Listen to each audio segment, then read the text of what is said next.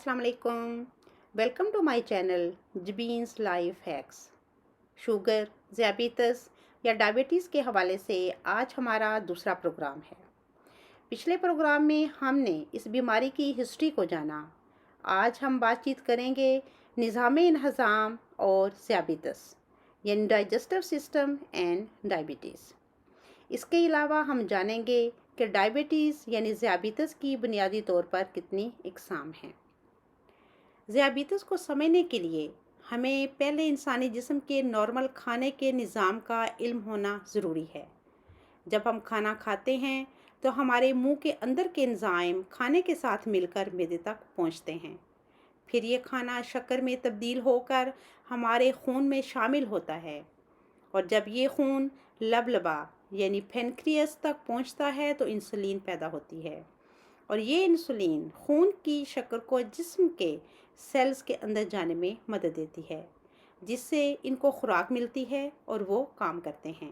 अगर किसी वजह से ये शक्कर सेल्स के अंदर ना जाए तो खून में शक्कर की मिकदार एक मुय्यना मिकदार से बढ़ जाती है और पेचीदगियाँ पैदा करने लगती है, तो इस शख्स को ज़ियाबितस हो जाती है। ज़ियाबितस होने की वजूहात और किस्में कुछ इस तरह से हैं। ज़ियाबितस की बुनियादी तौर पर 3 किस्में हैं: type 1 diabetes, type 2 diabetes, gestational diabetes. तो टाइप 1 डायबिटीज़ यानी कि ज़ियाबितस की वजह अपने ही जिस्म के दिफाई निज़ाम का पेनक्रियास के सेल को तबाह करना है। इस तरह इंसुलिन नहीं बनती और मरीज़ को ज़ियाबितस हो जाती है। टाइप 1 ज़ियाबितस जीन या ख़ानदानी वजह से भी हो सकती है और इन लोगों में ख़ास किस्म का वायरस इस बीमारी की इब्तदा कर सकता है। ये बीमारी आम तौर पर छोटी उम्र में बच्चों को होती है, जिसका इलाज सारी ज़िंदगी इंसुलिन के टीके लगाना होता है और रेगुलर अपने ज़ियाबितस के स्पेशलिस्ट डॉक्टर्स के ज़ेरे निगरानी रहना पड़ता है। Type 2 diabetes. टाइप 2 डायबिटीज़ होने की बहुत सी वजूहात हैं। मसलन अगर आपकी उम्र 40 साल से ज़ायद है और आप अपनी सेहत का ख्याल नहीं रखते तो आपको ज़ियाबितस हो सकती है। साउथ एशियन लोगों को ये बीमारी 25 साल की उम्र में भी हो सकती है।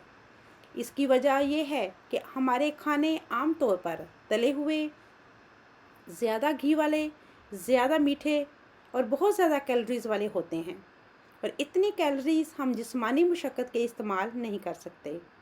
इस तरह हमारा जिस्म एक हद तक ज़्यादा इंसुलिन बनाकर ज़्यादा शक्कर को इस्तेमाल कर लेता है।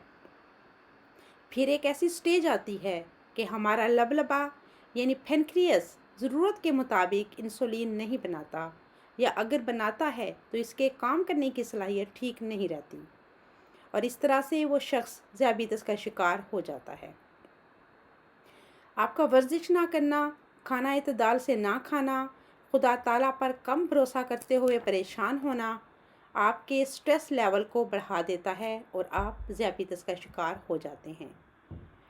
ज़ियाबितस की टाइप 2 बहुत आम हो रही है और अब ये छोटे बच्चों में भी तेज़ी से बढ़ रही है। अब तो 7 साल की उम्र में के बच्चों में भी इस बीमारी को पाया जा रहा है, जबकि पहले टाइप 1 डायबिटीज़ ही छोटे बच्चों में पाई जाती थी। आपकी जीन्स या ख़ानदान में ज़ियाबितस का होना भी एक बहुत बड़ा किरदार है जो आपको ज़ियाबितस करा सकता है। अगर आपके वालिदैन या भाई बहन इस तकलीफ़ का शिकार हैं तो इस बात का बहुत ज़्यादा इम्कान है कि आप भी ज़ियाबितस का शिकार हो जाएं।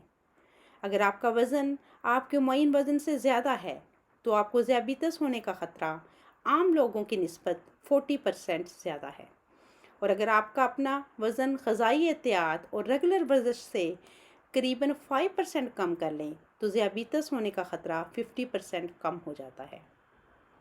अगर आप साउथ एशियन, चाइनीज़ या अफ्रीकी हैं तो ऐसे लोगों को इस बीमारी का ख़तरा आम बरतानिया की आबादी से 6 गुना ज़्यादा है और इसी तरह इनमें ज़ियाबितस की पेचीदगी और दिल की बीमारी की शरह भी बाकी लोगों की निस्बत 3% ज़्यादा है।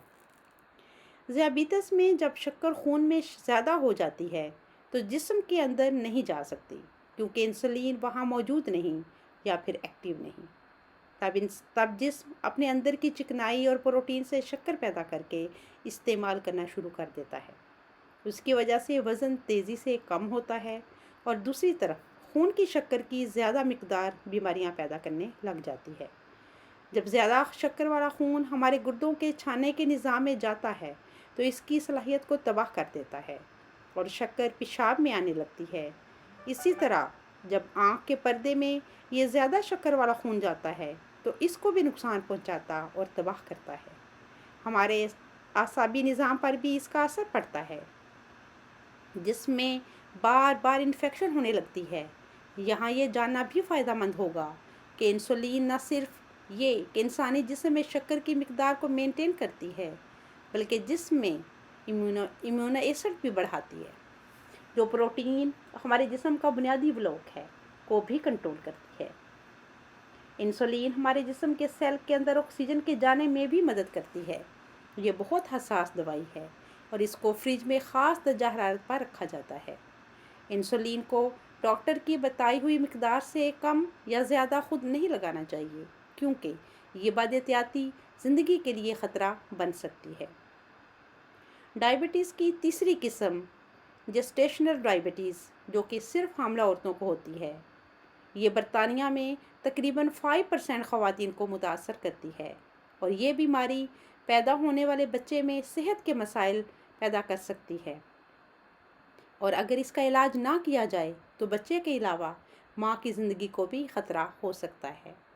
جن عورتوں کو جسٹیشنل ڈائبٹیز ہو وہ بچے کے پیدائش کے بعد احتیاط نہ کریں تو قریباً 30% عورتوں کو ٹائپ 2 ڈائبٹیز ہو جاتی ہے۔ تو دوستو، آج کا ہمارا یہ پروگرام آپ کے لیے بہت انفارمیٹو ثابت ہوا ہوگا۔ گزارش ہے کہ اپنے حقیقی ساتھی یعنی صحت کا خاص خیال رکھیں۔ تو ملتے ہیں اگلے پروگرام میں انشاءاللہ۔